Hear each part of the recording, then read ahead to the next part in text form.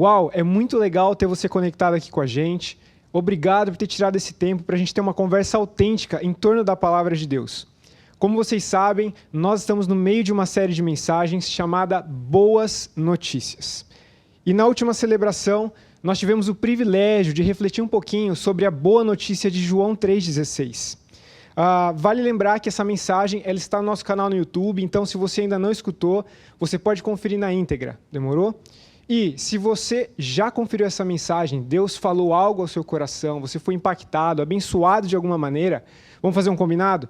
Pega esse link e dispara para alguém especial, para que você também seja um canal de boas notícias. Hoje, nós vamos dar sequência a essa série através do texto de Marcos, capítulo 4, dos versículos 35 a 41. E se tem alguma coisa que mexe muito comigo, que me traz esperança, expectativa, toda vez que a gente abre a palavra de Deus, à medida que a gente está refletindo sobre a palavra de Deus, é que existe uma promessa de que ela nunca volta vazia. Ou seja, toda vez que a palavra de Deus é exposta, o Espírito de Deus sempre está fazendo algo a partir da sua palavra. E isso deve trazer expectativa não simplesmente para mim, nesse momento de exposição, mas para você que está recebendo a palavra de Deus. Ou seja, nos próximos minutos, existe uma grande oportunidade, uma oportunidade muito especial de você ser não apenas impactado, mas transformado pela palavra de Deus, pela boa notícia que nós vamos compartilhar hoje. Se você não está familiarizado com o Evangelho de Marcos, ele é um evangelho muito legal, porque em alguns momentos ele se assemelha muito com um filme de ação. Ou seja, nesse evangelho nós temos a descrição ministerial e da vida de Jesus por meio das suas ações. No evangelho de Marcos nós temos a apresentação de quem Jesus é por meio das ações de Jesus. E de vários acontecimentos extremamente épicos que ele e os seus discípulos vivenciaram. Então, é um evangelho extremamente intenso. E nós vamos ler esse relato no capítulo 4, que traz para a gente uma cena em que os discípulos de Jesus foram surpreendidos com uma má notícia, com uma péssima notícia, de maneira súbita, inesperada. E o curioso é que logo na sequência, em alguns instantes, eles foram surpreendidos por uma boa notícia, que virou completamente o jogo daquela situação. E você precisa se lembrar que o Evangelho de Marcos ele se assemelha muito a um filme de ação. Então, tem muita coisa rolando. Foi um dia épico para os discípulos e para Jesus. Jesus estava ensinando multidões, estava fazendo grandes maravilhas. E, ao anoitecer, nós temos aqui o início do relato, no versículo 35. Eu quero ler com vocês.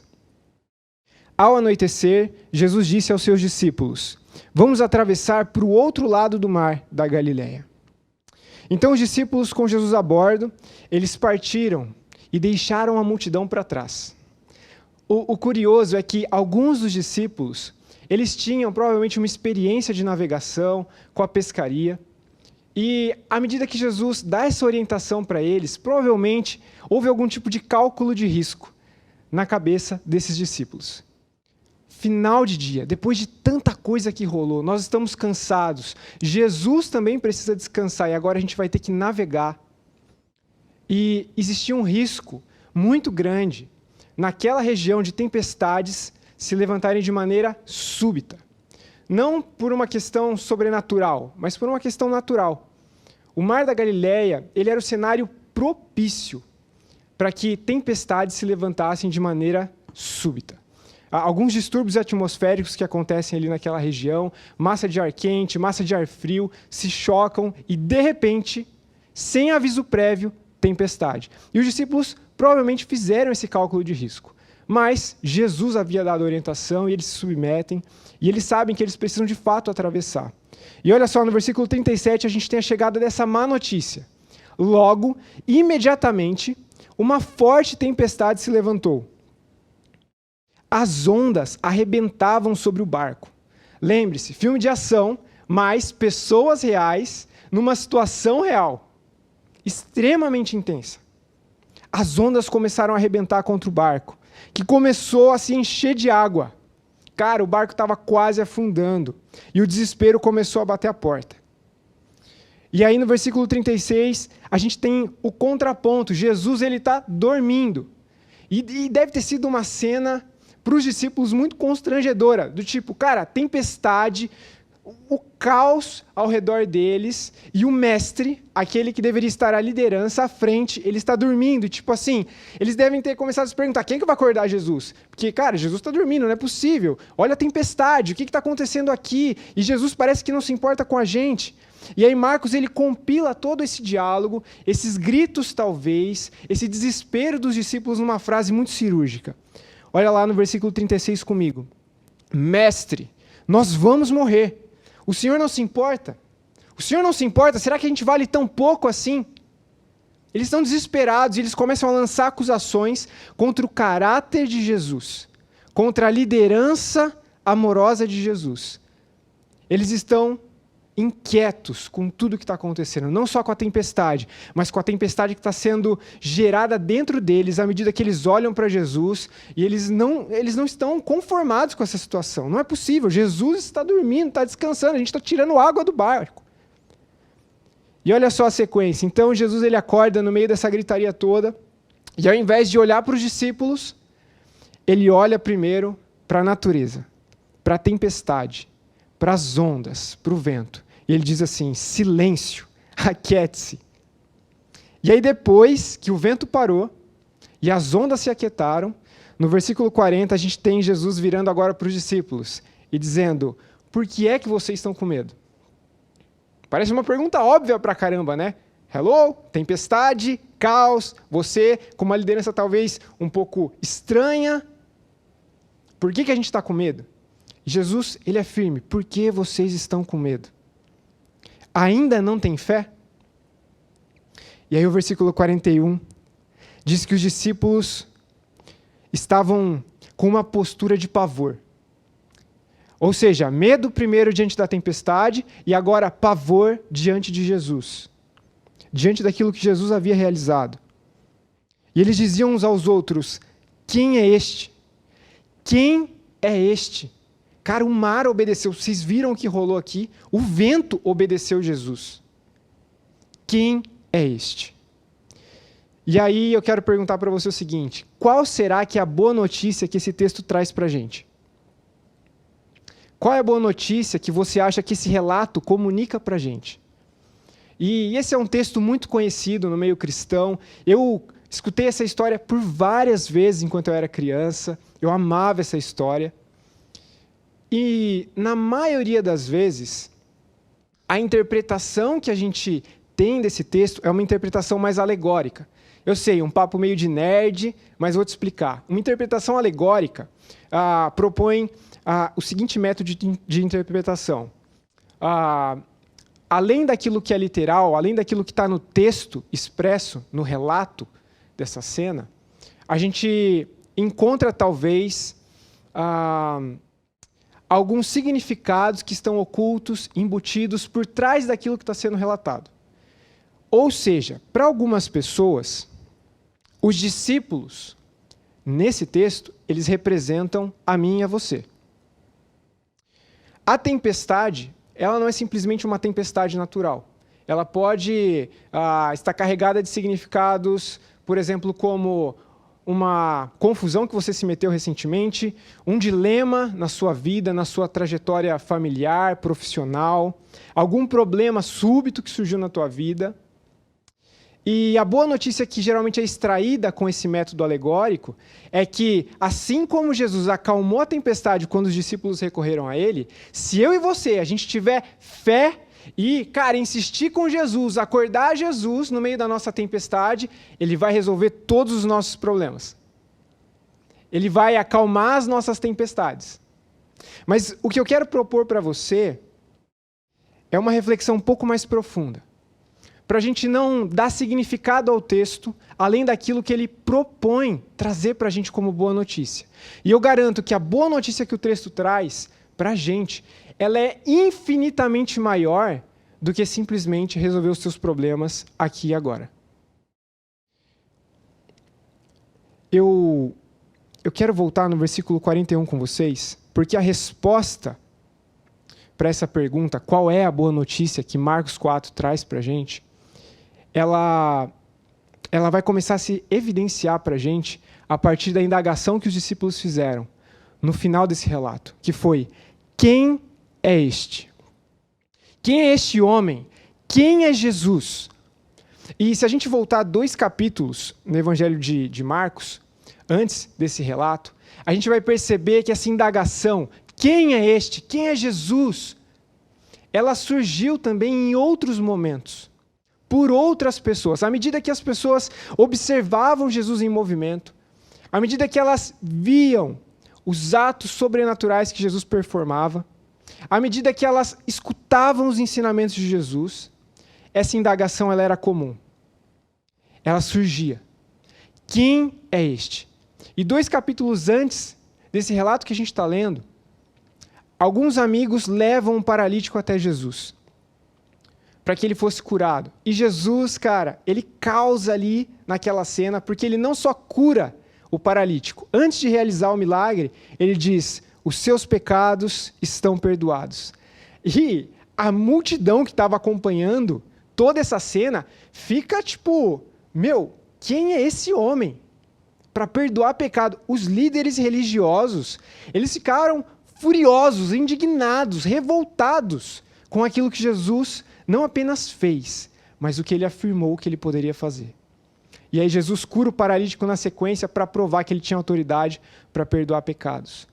Quem é este? Com muita frequência, essa indagação ela se levanta.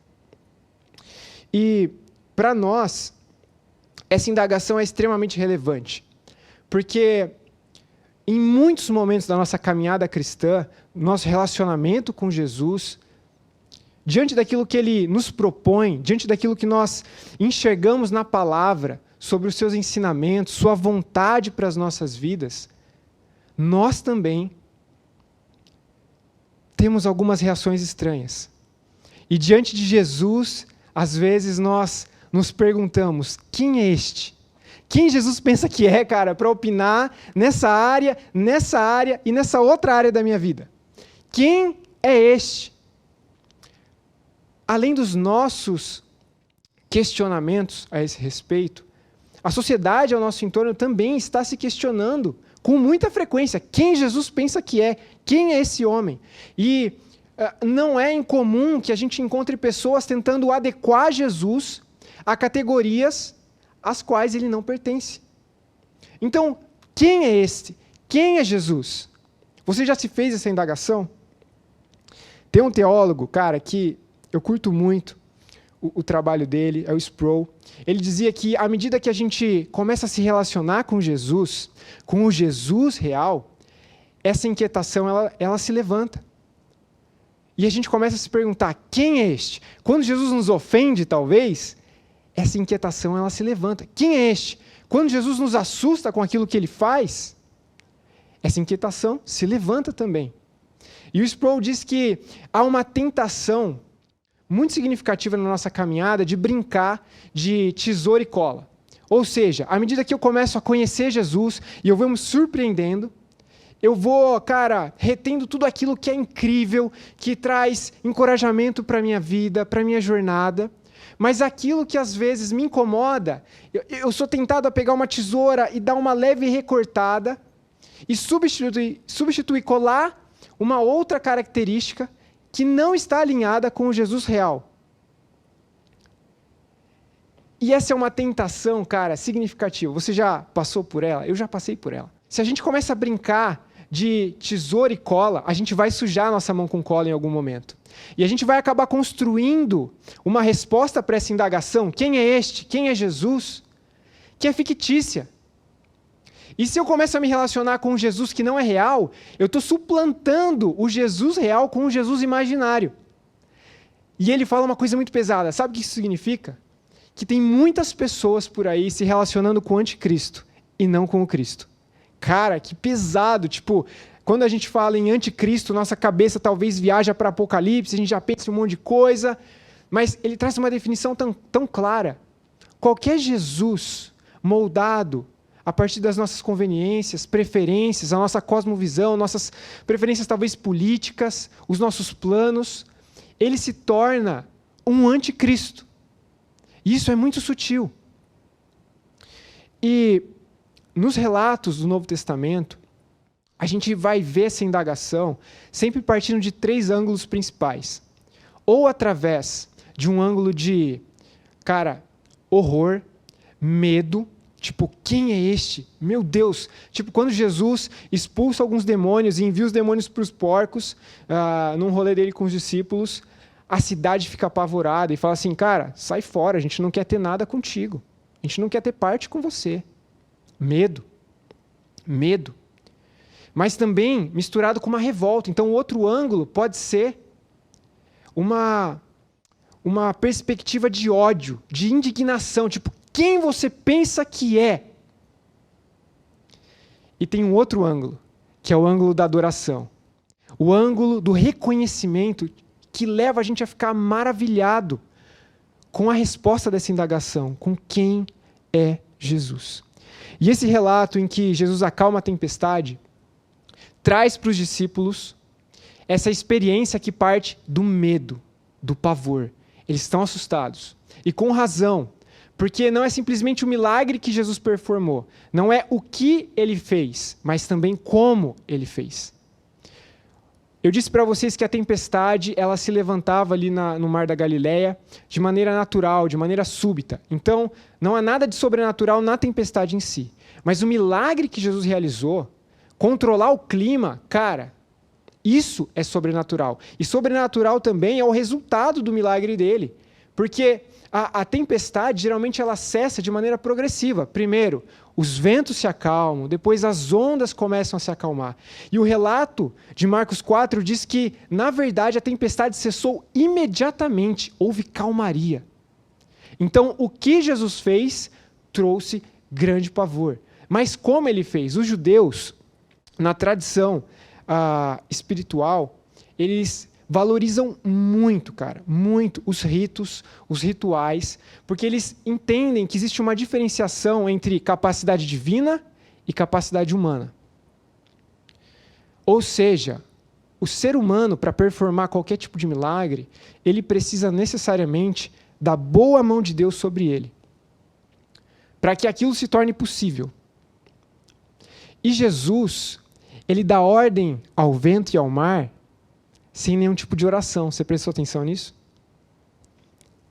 Ele não conversa necessariamente com Deus Pai, ele não proclama ali uma grande oração para que a tempestade cesse. Ele fala, aquiete-se, e a natureza responde a Jesus. Ou seja, os discípulos estavam, apavorados, a mente deles deve ter bugado diante daquilo que eles presenciaram. No Antigo Testamento, essa distinção entre capacidade divina e capacidade humana, ela é ressaltada com muita frequência. Uma frase que exemplifica isso para a gente, em vários versículos, é a seguinte expressão: quem é como o Senhor? Quem é como o Deus de Israel, que faz isso, aquilo e aquilo outro? Ninguém é como o Deus de Israel. Ninguém é como o Deus Criador, que realiza grandes coisas que estão além da capacidade humana. Moisés, logo após a travessia do Mar Vermelho, ele compõe uma canção, lá em Êxodo, capítulo 15, e no versículo 11 essa expressão ela vai aparecer, do tipo, quem é como o Senhor? Quem é como o Deus de Israel? Olha tudo que ele realizou em benefício do povo de Israel.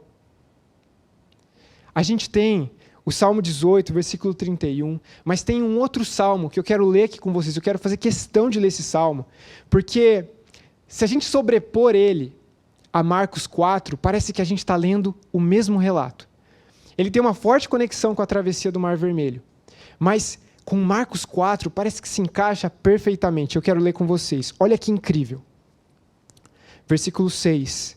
Pois quem pode se igualar ao Senhor? Ou seja, quem é este? Quem entre os poderosos pode ser semelhante ao Senhor? Deus é muito formidável. Ele é reverenciado por todos os que o cercam. E lembre-se que os discípulos estão ao redor de Jesus em Marcos 4, com aquela sensação de pavor do tipo, quem é este? Reverenciando tudo o que aconteceu.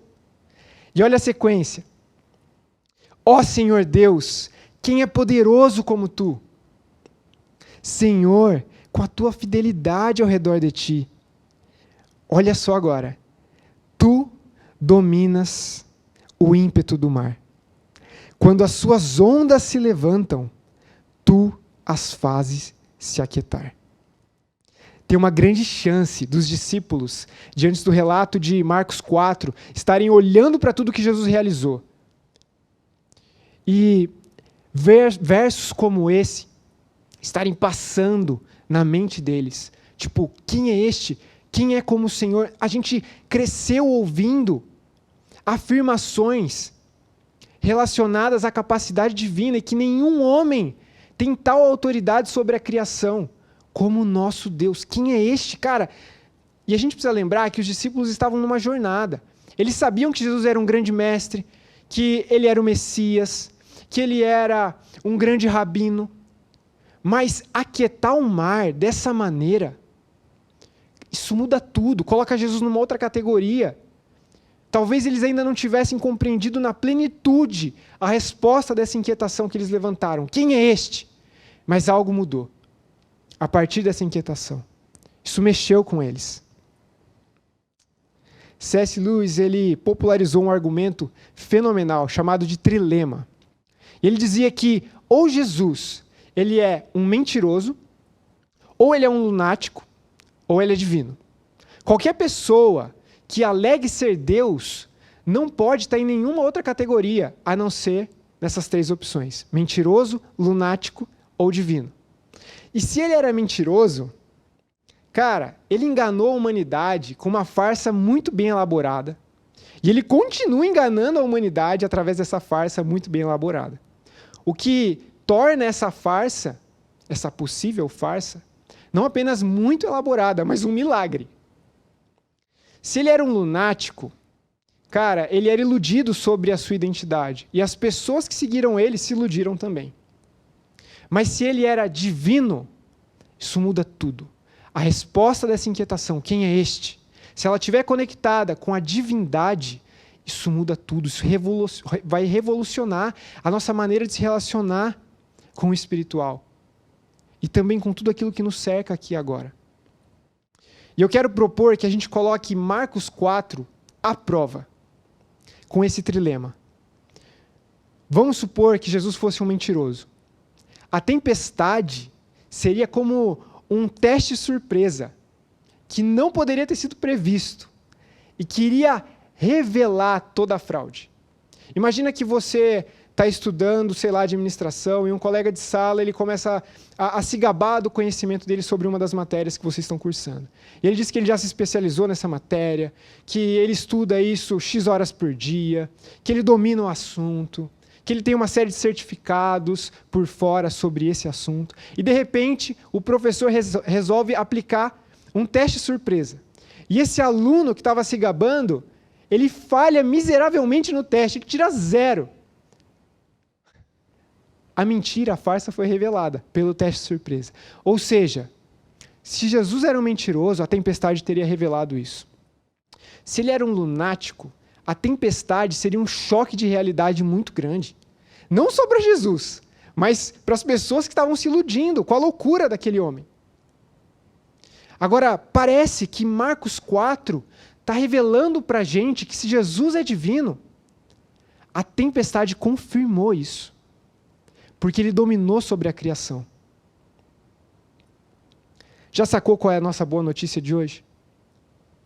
Jesus é quem ele disse ser. Vou repetir, Jesus é quem ele disse ser. Existem 5 implicações que a gente pode extrair dessa boa notícia. Se Jesus é quem ele disse ser, segui-lo sempre será a melhor opção. Lembre-se, os discípulos estavam cansados, eles estavam, diante de uma orientação que não fazia muito sentido, mas eles se submetem, eles experimentam tudo o que eles experimentaram. Seguir a Jesus é sempre a melhor opção. Agora, note que eu não disse que é a opção mais fácil. Tem uma grande diferença. A melhor opção nem sempre é a mais fácil. Nós não temos garantias bíblicas e, principalmente, nenhuma promessa através desse texto de Marcos 4, de que todas as nossas tempestades, os nossos dilemas, os nossos problemas serão solucionados aqui e agora. O apóstolo Paulo, cara, ele, depois que se converteu, começou a seguir Jesus, ele começou a viajar, evangelizar, realizou grandes milagres, mas algumas tempestades não cessaram. E, inclusive, ele enfrentou naufrágio.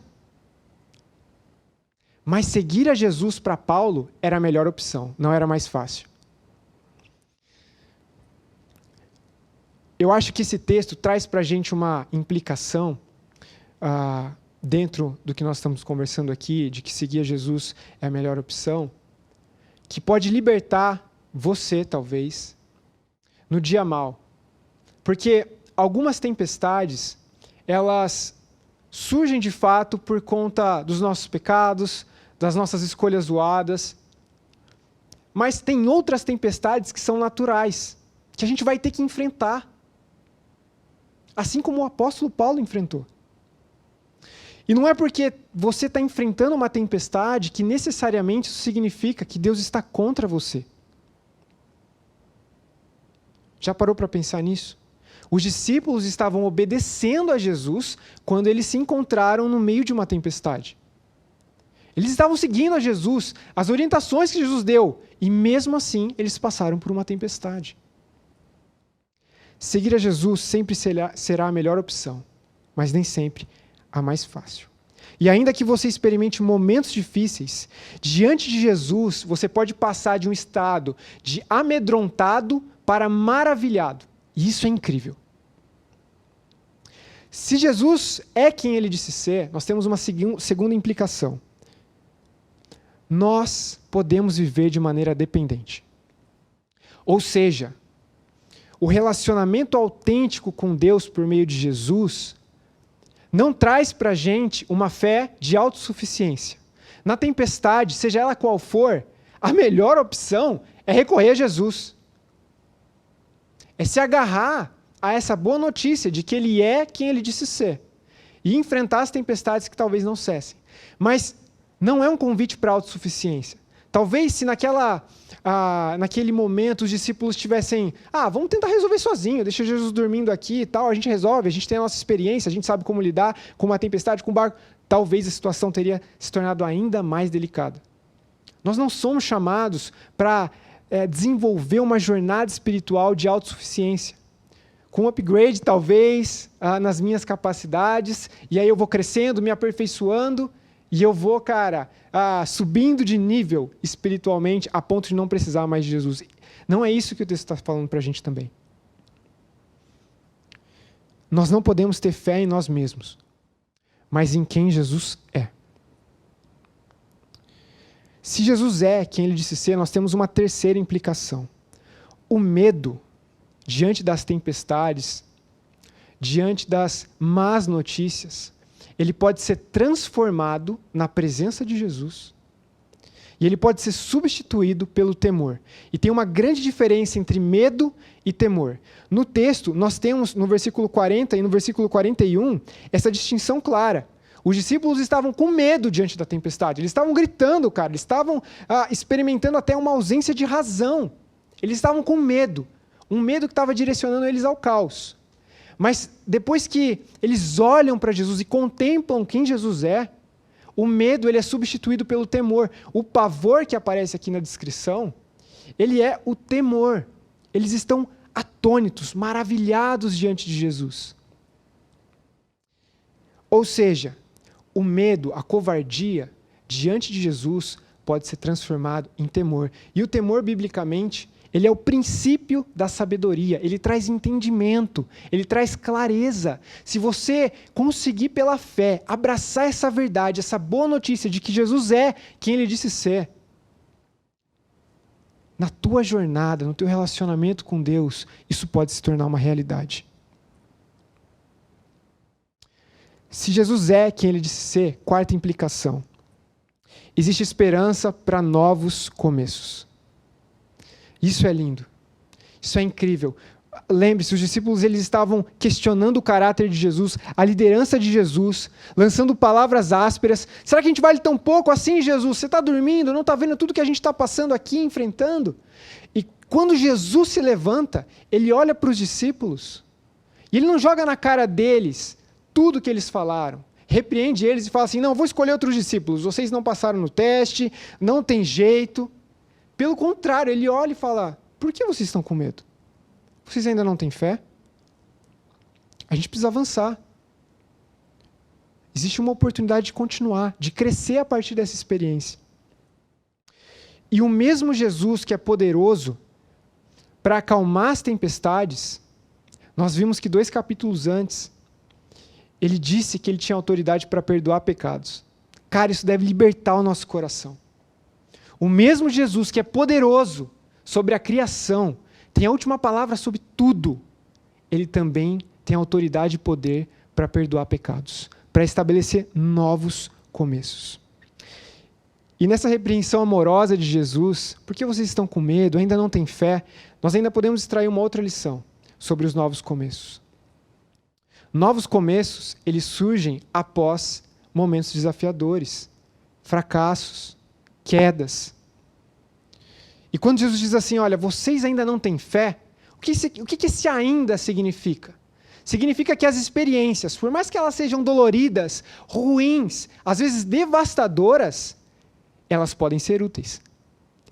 Depois de tudo que vocês viram, é como se Jesus estivesse falando para os discípulos, depois de tudo que vocês viram, ouviram, vocês ainda não têm fé? Ou seja, há um chamado para a gente amadurecer a nossa fé. À medida que a gente tem experiências boas ou ruins aqui e agora, existe essa oportunidade de começar novamente, de estabelecer essa fé autêntica. Uma fé mais madura. Jesus é incrível. E geralmente as pessoas elas acreditam numa força maior. Não é difícil encontrar alguém que tem fé num poder criador. Mas encontrar alguém que tem fé num Deus que é poderoso, mas que é amoroso e misericordioso, encontrar alguém que tem fé no poder de Deus, mas também no caráter de Deus, ainda que as tempestades não cessem, isso é mais raro. Isso é valioso. E eu quero te desafiar a avaliar a tua fé. Será que a tua fé é essa fé autêntica que Jesus deseja que esteja florescendo em nós?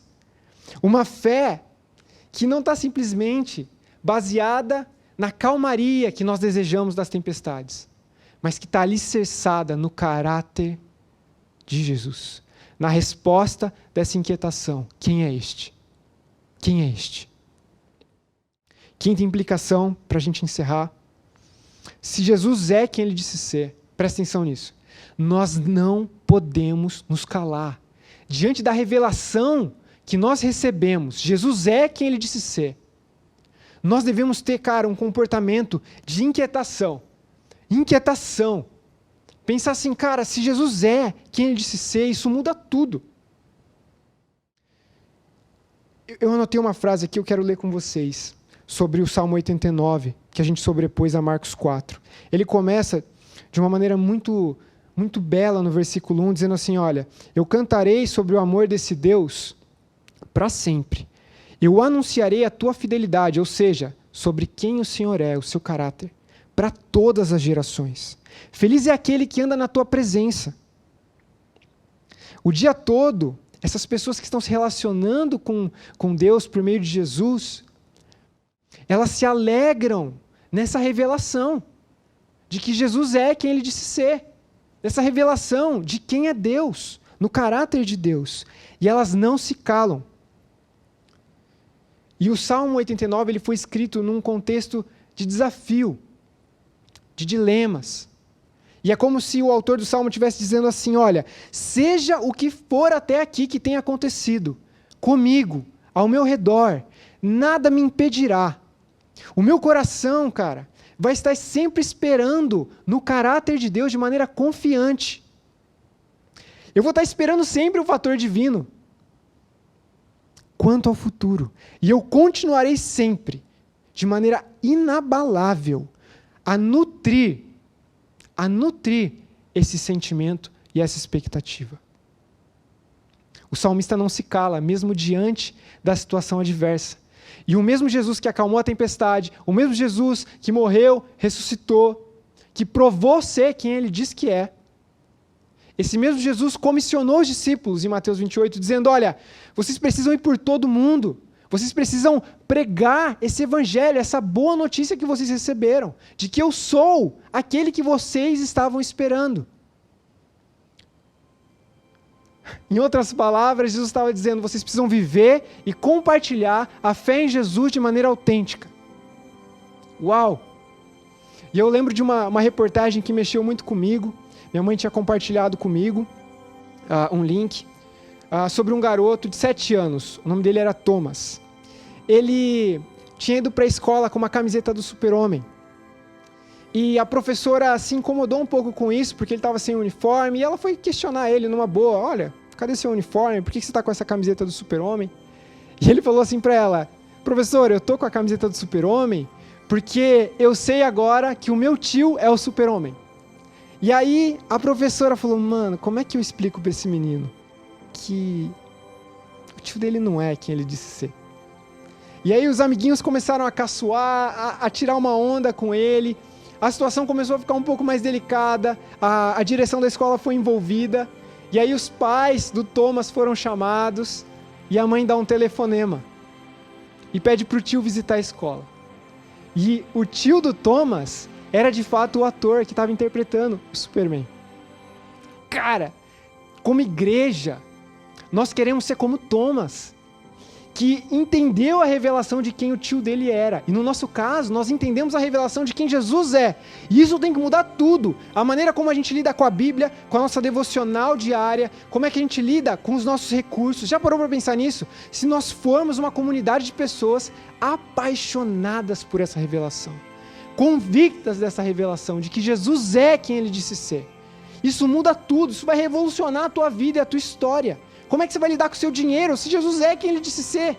Se o que ele ensinou e propôs é verdade, é a única verdade firme e sólida a qual a gente pode se agarrar. Como é que eu vou lidar com o meu tempo?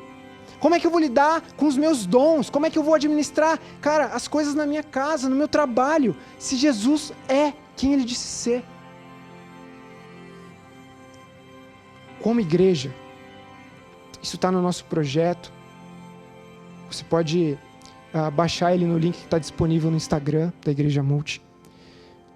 Nós queremos ser uma igreja apaixonada por essa revelação sobre quem Jesus é. Nós queremos ser apaixonados pela palavra de Jesus, pelo que ele diz, pela sua missão, ou seja, por aquilo que ele ordena. Nós queremos ser uma igreja realmente preocupada com o que Jesus pensa, porque ele é quem ele disse ser, e isso muda tudo. Nós queremos ser uma igreja que está preocupada com o que Jesus ordena, cara, com aquilo que Jesus oferece. E a nossa direção, como Igreja Multi, sempre será a voz de Jesus e a revelação, essa boa notícia de que ele é quem ele disse ser. E eu quero orar para que Deus transforme isso numa realidade, não só para nós como comunidade, mas para a sua vida também, de maneira individual. Deus, muito obrigado por essa boa notícia de Marcos 4, de que o Senhor é quem o Senhor disse que é. Muito obrigado, porque o Senhor se fez homem, o Senhor sofreu uma morte vergonhosa no nosso lugar. E nós, Deus, recebemos essa revelação com amor, com paixão, com fé, pedindo para que o Teu Espírito gere em nós a força necessária, a resiliência necessária diante das tempestades, dos desafios, diante da proposta corrida que o Senhor colocou diante de nós. Deus, nos dê força, nos dê ousadia, para que como igreja e como discípulos de Jesus, nós possamos de fato viver e compartilhar a fé em Jesus de maneira autêntica. No nome de Jesus. Amém. Deus te abençoe.